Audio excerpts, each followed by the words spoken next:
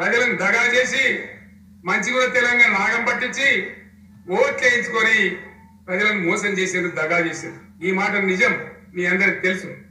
ఇవాళ ఏం మాట్లాడతారు? మమ్మల్ని ఎవరు నమ్ముతలేరు, మాకు అప్పు పుడతలేదు, యాడికెళ్ళి తెచ్చేయాలి అని ఇప్పుడు మాట్లాడుతున్నారు. అర్థమైంది కదా? కేసీఆర్ చెప్పింది అక్షరాలు నిజమైంది కదా, నిజమైంది కదా. నిన్న రేవంత్ రెడ్డి మాటలలో ఇంకా క్లారిటీ వచ్చేసింది కదా. మరి ఆయన హామీలు ఇస్తేప్పుడు గుర్తుకు లేవా? బట్టి విక్రమార్కని గిట్టనే అడుగుతారు, సార్ మీరు చెప్పే దుకాణము ఏదైతే ఉందో 6 గ్యారంటీలు, అల్లా 13 హామీలు, మిగతా ఇచ్చినటువంటి 420 హామీలు, ఇవన్నీ కలిపి మీరు అమలు చేయాలంటే రాష్ట్ర బడ్జెట్కు 2-3 ఇంతలు ఎక్కువ కావాలి.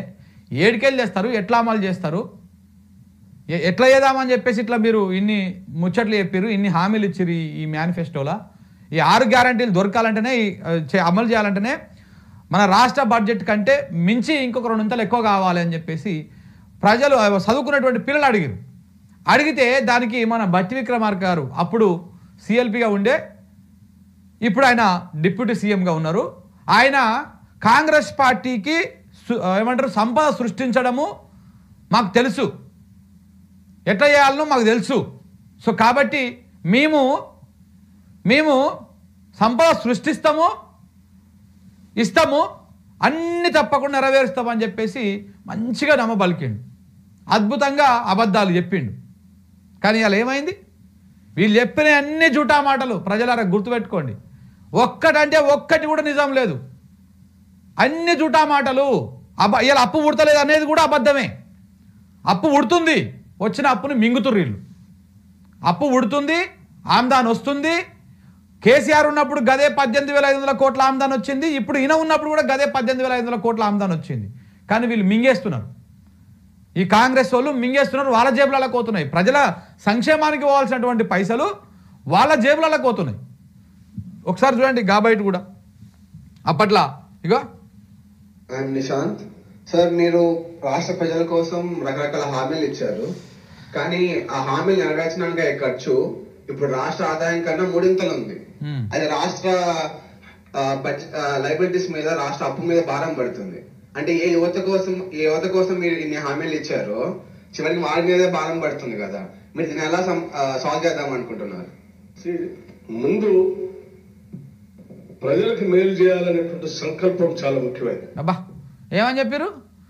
ఎట్లా సార్ పైసలేమో ఎక్కువ కావాలి, మీరు చెప్తున్న ముచ్చట్లేమో ఎక్కువ ఉన్నాయి, అవి నెరవేరాల్సి పైసలు ఎక్కువ కావాలి, మళ్ళీ ఆర్థిక భారం పడుతుంది, అప్పు భారం పడుతుంది, మీరు ఏం చేద్దాం అనుకుంటున్నారు అని చెప్పేసి ఆయన అడిగితే, ముందు సంకల్పం కావాలి, మంచి చేయాలనేది సంకల్పం కావాలి. మరి ఇప్పుడు సంకల్పం చచ్చిపోయిందా? కాంగ్రెస్ సంకల్పం ఏమైపోయిందండి? ఇప్పుడు అప్పే ఉడతలేదు, పశులే లేవు, మా దగ్గర మొత్తం ఖాళీ కుండలు ఉన్నాయి, అడక తింటున్నాం అని చెప్తా ఉన్నారు. సంకల్పం ఎక్కడ పోయింది మరి? ఇప్పుడు 2 ఆదాయాన్ని సమకూర్చుకోవటంలో అపారమైనటువంటి అనుభవం ఉన్నటువంటి కాంగ్రెస్ పార్టీకి ఇది పెద్ద సమస్య కాదు. మరి అపారమైనటువంటి అనుభవం ఉన్నటువంటి కాంగ్రెస్ పార్టీ కదా ఇప్పుడు అధికారంలో ఉన్నది. మరి ఏమైంది? అపారము, ఆ సంపద సృష్టించడము, ఇవన్నీ ఎటు పోయినాయి? గాలిలో కలిసినాయా? ఎక్కడ పోయినాయి? తుఫాన్లో ఏమైనా కొట్టుకపోయినాయా? ఆ రోజు ఎన్ని కబుర్లు, మంచిగా దోతి కట్టుకొని నిండుగా కుర్చీలో కూర్చొని చెప్తివి గిన్ని ముచ్చట్లు. ఇలా ఎటు పోతివి? ఆర్థిక శాఖ నువ్వే కదా. పైసలు వస్తలేవా? వచ్చిన పైసలు మీరు మింగుతుర్రా? ఇది నీకు, ఇది నాకు, ఇది నీకు అనుకుంటూ పంచుకొని తింటుర్రా?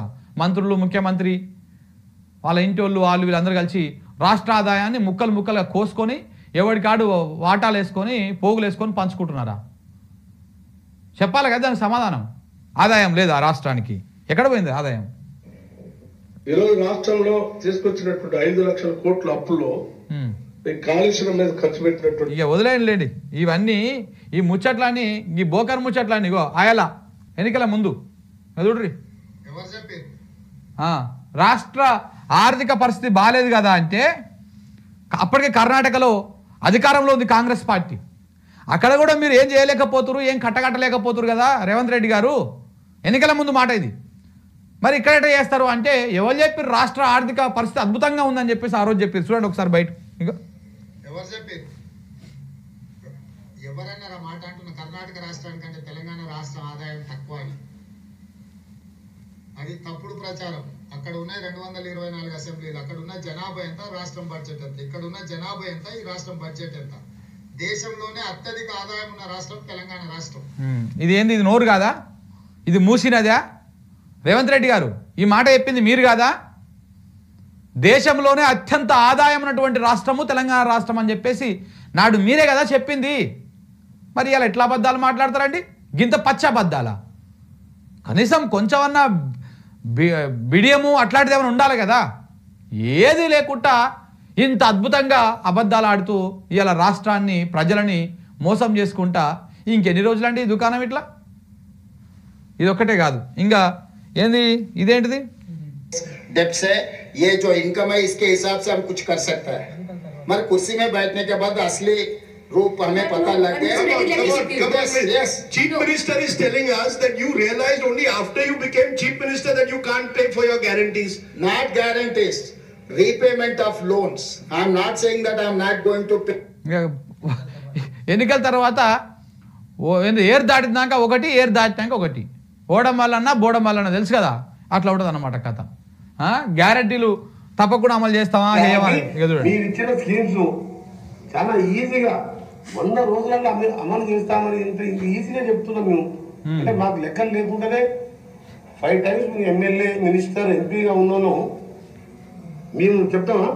అది ఇంత ఈజీగా చెప్తున్నాడు. 5 times ఎమ్మెల్యే, ఎంపీ, మంత్రిగా పనిచేశాను నేను. ఇంత ఈజీగా చెప్తున్నాము 100 daysలో 100 గ్యారంటీలు 6 గ్యారంటీలు అమలు చేస్తామని. గ్లాసులో జ్యూస్ పోసుకొని అలా ఐస్ గడ్డలు వేసుకొని తాగినంత ఈజీ అనుకుంటారా కోమటిరెడ్డి వెంకటరెడ్డి గారు? అంత ఈజీ అనుకుంటున్నారా అండి? రోజు సాయంత్రం కాగా 4-5 గ్లాసులు వేసినంత ఈజీ అనుకుంటున్నారా? ఇవాళ ఎటు పోయారు మరి మీ ముఖ్యమంత్రి మాట